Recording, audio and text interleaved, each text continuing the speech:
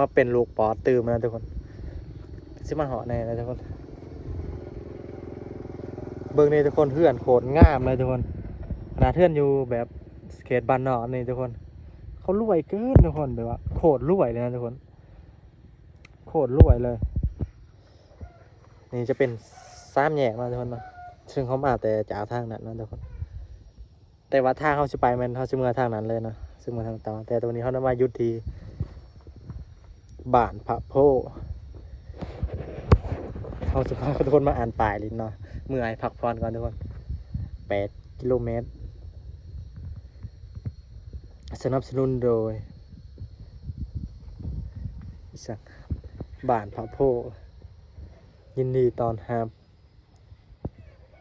มีเฮทรายมีติดประกาศเฮทรายทุกคนมีประกาศขายรถอีกเนาะพัฒนาขนาดนะบ้านนั้นจะขนาดโอ้โห